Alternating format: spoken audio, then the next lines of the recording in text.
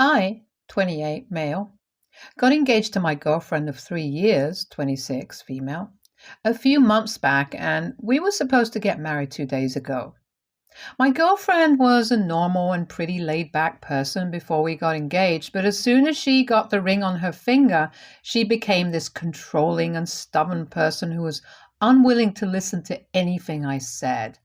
She was the one who planned the entire wedding and didn't take any of my opinions into consideration and did whatever she pleased.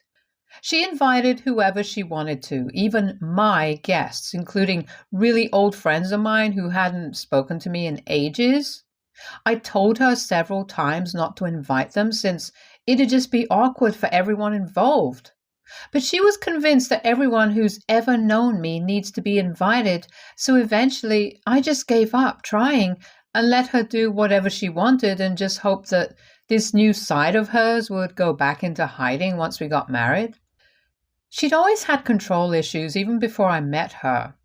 That's what my friend told me, who was the one who introduced me to her, but I hadn't imagined anything this bad. She needed to be the one running the show at all times, and everything she said had to happen or else she'd lose her mind over it. I dealt with it for the few weeks leading up to the wedding without a word, since I did love her, but then she did something absolutely unforgivable. While we were making a list of people to invite a few months ago, my fiancé had asked me about my sister.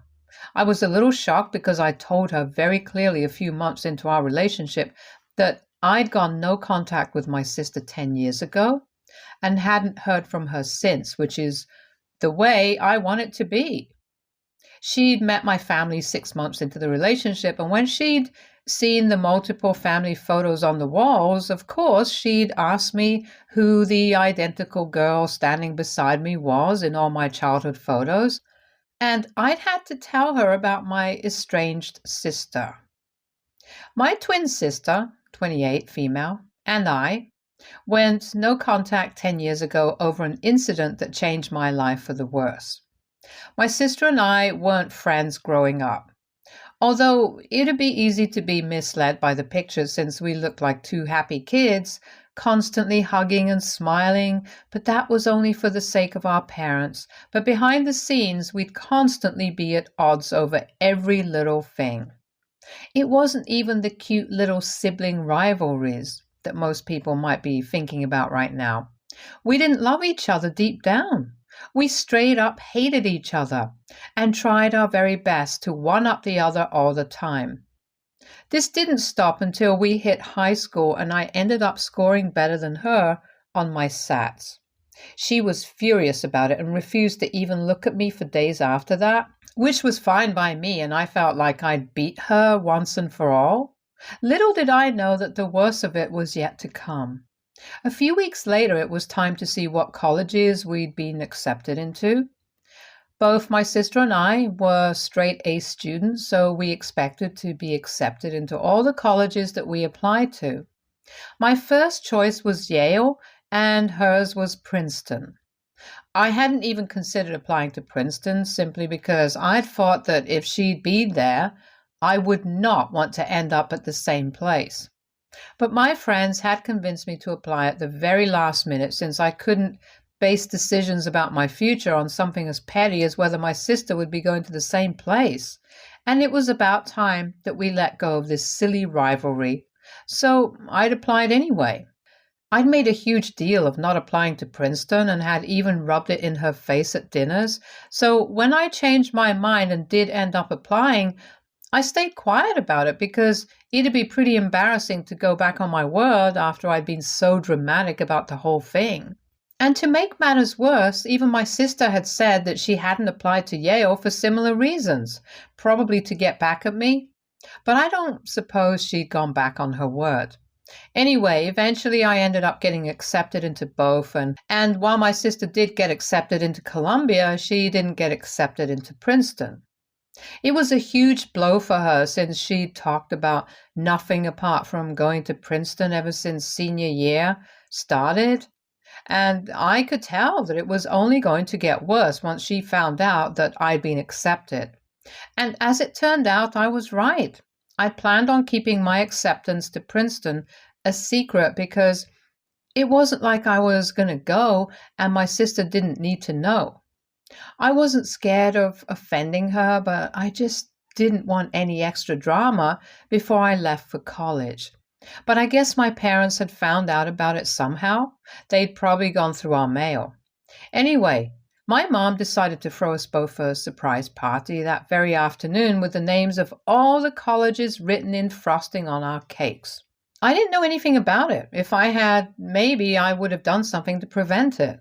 As soon as my sister saw Princeton on my cake, she scoffed and said that I hadn't even applied, but I think she must have guessed from my face what the truth was. She began screaming in my face about how I'd ruined her life and stolen her future from her, while I tried to explain that I had no idea that she wouldn't get accepted and didn't mean to do this to her. But of course, given our history of competition and rivalry, that was sort of hard to believe, even though I truly did feel bad about what had happened. After a while, she finally seemed to run out of steam and stormed out of the house in tears. I sat in the living room while my parents told me how sick they were of our constant fighting and that both of us had some serious growing up to do. I couldn't blame them either because they tried their very best to mend things between us, but we just seemed to have come out of the womb hating each other, so they'd given up and had just let us do our thing once we were in high school. I decided to take my parents' advice so that my sister and I could at least be civil to each other, so 15 minutes after she left, I went out to talk to her. Most of our guests had left after my sister's outburst, and it was pretty dark as well outside. I couldn't see my sister out there and tried to call out her name, but before I knew what was happening, I felt something really hard hit the back of my head, and I collapsed to the ground. After that, I only remember being in excruciating pain and screaming out for help before I passed out. The next thing I knew, I was waking up in a hospital room with my wrist in a bandage. Once I'd woken up, my parents informed me that my psycho sister had been waiting outside for me to come out, and when I called out her name, she hit me in the head with a freaking shovel. And then, for good measure, she'd stepped on my left wrist as hard as she could, which is why it was dislocated. I could hardly even believe what they were saying, because while I'd had my fair share of differences with my sister, I couldn't even imagine doing something so psychotic and depraved to her. Not just to her, for that matter, but anyone at all. My parents had begged me not to press charges against my own sister, which is why I'd let that go. But after that, I never met my sister again or even asked my parents about her. I don't know what college she went to or where she went after that incident. My parents had sent her away, and I never asked where. I knew that they still kept in touch with her since they'd go away on the weekends. They wouldn't mention who they were going to visit, but I wasn't a fool. I knew they were going to see my sister. I never held it against them since this was their best bet, keeping us apart from one another since we clearly brought out the worst in each other. After I had recovered and been deemed fit by the doctors, I started college, but since I'd missed a few weeks already, I was way behind and my grades that semester weren't satisfactory to me. On top of that, I used to get frequent migraines because of the head injuries, and the lump at the back of my head was a constant reminder of what my own sister had done to me in a fit of rage. Needless to say, I was pretty emotionally disturbed that year and had to get therapy to feel like myself again. It's been 10 years since, and I've moved on with my life now. My parents and I never talk about my sister, and neither does anyone else from my family. I'm sure they've all still kept in touch with her, but have the good sense to never bring her up when they're around. So when my fiancé asked about her, I told her that we weren't inviting her and assumed that that would be the end of the discussion. I'd never told her exactly what had happened, but I don't think I should have to be very honest. Just the fact that we haven't spoken in over 10 years should be reason enough for her to understand that I absolutely don't want my sister around. Not now and not ever again. She should have respected that. But she started hounding me and didn't stop for days until I snapped at her and told her that if she brought my sister up again, then I'd call off the whole wedding. That seemed to shut her up for a while. But then, 2 days back on the day of our wedding, I realized what she'd done behind my back. On the day of our wedding, I was standing up in front of the minister waiting for my fiancé to walk down the aisle. The music started and the bridesmaids started walking, and that's when I noticed my sister among them, walking arm in arm with one of my friends who looked as confused as I felt. Even my sister looked really lost. I was speechless for a few seconds and had absolutely no idea what was happening. My fiancé finally walked down the aisle, looking really happy and smiling widely, but I didn't feel anything apart from anger and betrayal. I knew this was her doing and couldn't believe she'd even pulled something like this. And on our wedding day, no less. I felt completely blindsided, so of course I didn't feel particularly emotional, and most of my guests could understand why I had an awful look on my face while my bride was walking down the aisle towards me. When she was finally standing across from me, still sporting that smile, I didn't waste a second and asked her why my sister was there when I'd categorically told her not to invite her under any circumstances. She told me that she didn't want to have that discussion and wanted to get married first, but obviously that was not going to happen, not anymore. So I told her that we needed to talk about this right now, and she admitted that she told my parents that I'd been talking about wanting to reconcile with my sister before getting married, which is how she'd managed to persuade them to get her my sister's address and contact info. She told me that she'd worked really hard to convince them just so she could surprise me, and even had the audacity to say that she thought that it was about time that we made peace with our past, even though she had no idea what had actually happened 10 years ago. We were up there arguing back and forth for like 5 minutes while our guests waited, and finally I realized that there was just no point in fighting for our relationship anymore.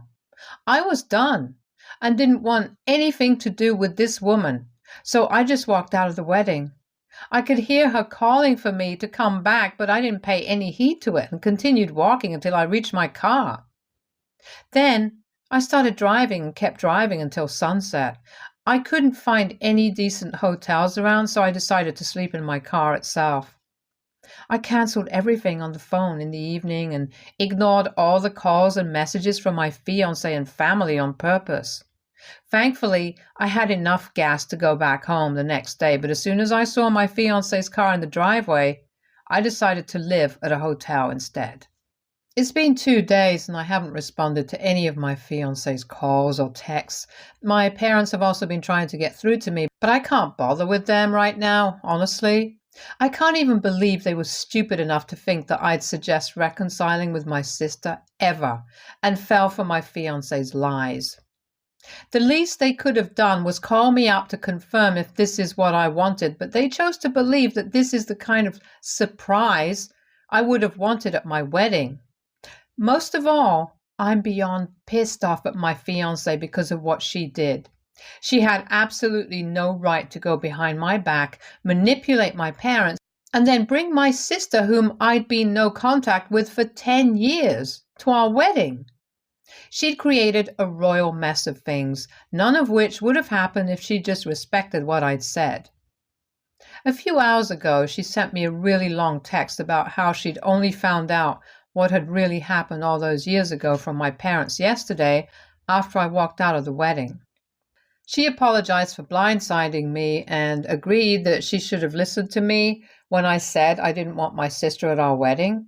She also mentioned that my parents and friends were livid that she'd done something of this sort, and she'd received an earful from all of them.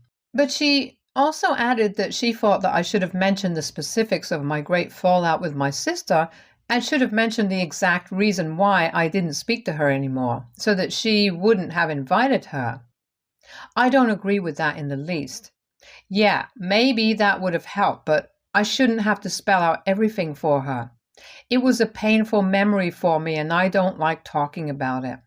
Besides, she should have just believed me when I told her that I didn't want my sister anywhere near me.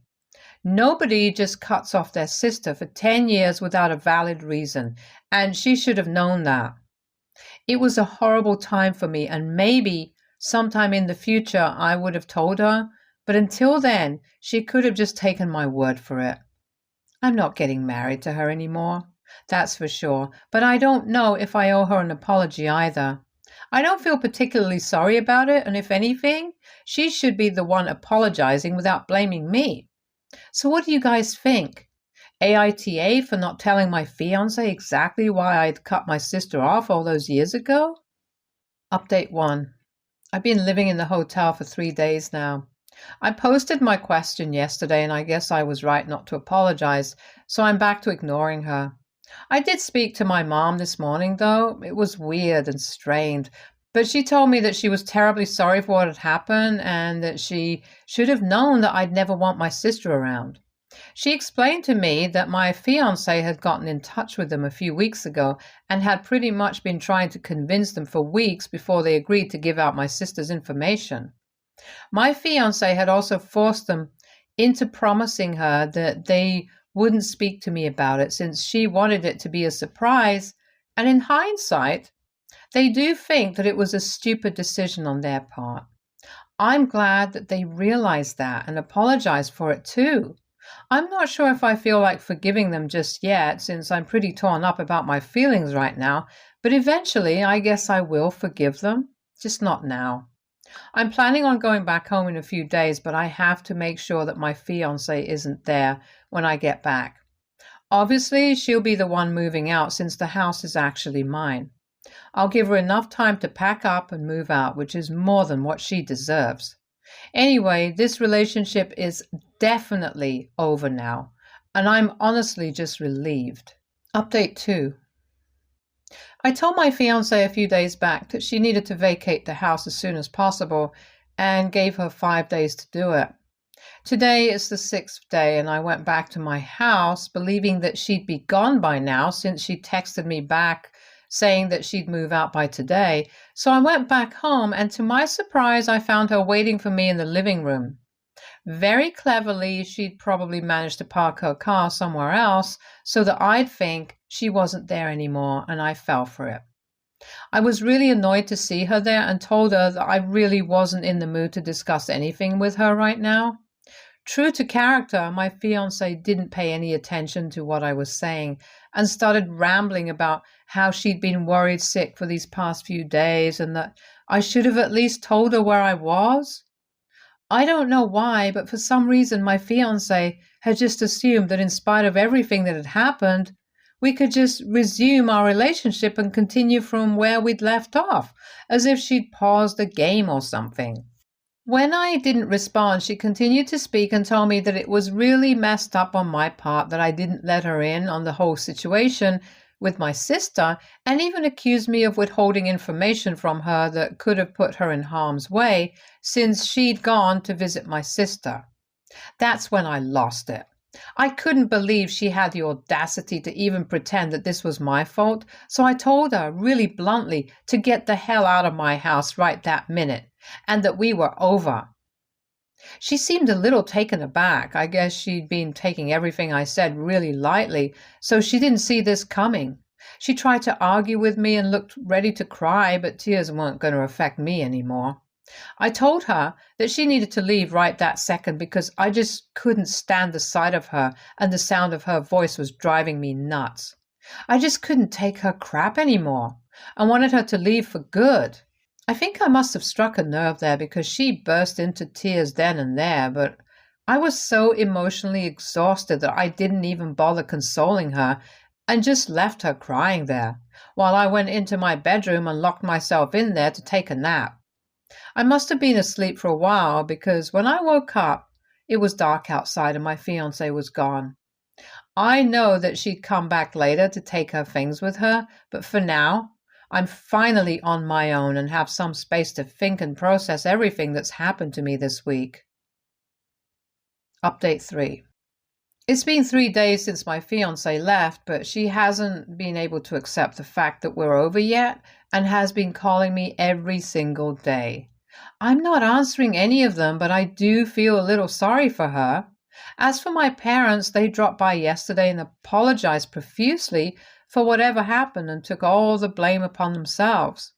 I also finally asked them what my sister had been up to all these years, and they told me that after that incident, they sent her away to an anger issues rehabilitation center where she spent several months undergoing treatment and intensive therapy since her mental issues were clearly a lot more severe than mine. Once she was cleared, she finally started college but had to rent an apartment where she lived by herself, and my parents would visit her on the weekends. She seemed a lot more normal and stable after that and even started working at around the same time as me. For the past 7 years, she'd been living a little out of town and ran her own business, which was nice, I guess. They also told me that after I walked out of the wedding, my sister seemed to sense that she'd caused this and left immediately after apologizing to our parents for showing up. Apparently, she'd been told by my fiance that this was just a rehearsal and not the actual wedding, but it all seemed pretty real to her, which is why she looked so confused. My parents also handed me a letter that my sister had written to me, and after they left, I finally opened it up and read it. It's been an hour since then, and I'm still shattered by it. She'd apologized for every single thing that she'd put me through while we were kids and then as teens, and promised me that she'd changed now. Her words seemed full of regret about how we could have been the best of friends but are just bitter strangers now, and said that while she didn't hold any hope to reconcile any time soon because of her violent streak, she did wish that I'd forgive her someday and that we'd have a real, genuine shot at being the kind of siblings that people would want us to be. I teared up reading that, and I guess I do want the same thing. I'll give myself some time to think about it, and maybe if I feel ready for it, I'll forgive her someday since I've been pretty cruel to her as a child too. For now, I just want to rebuild my life and focus on improving my mental state since the past few months have really taken a toll on me. Honestly, I'm just waiting for my fiancé to come and take back her stuff so that I can block her and move on with my life once and for all. I think I've had enough drama for a lifetime, and I'm just done. Stay tuned for more stories from our girl relationships.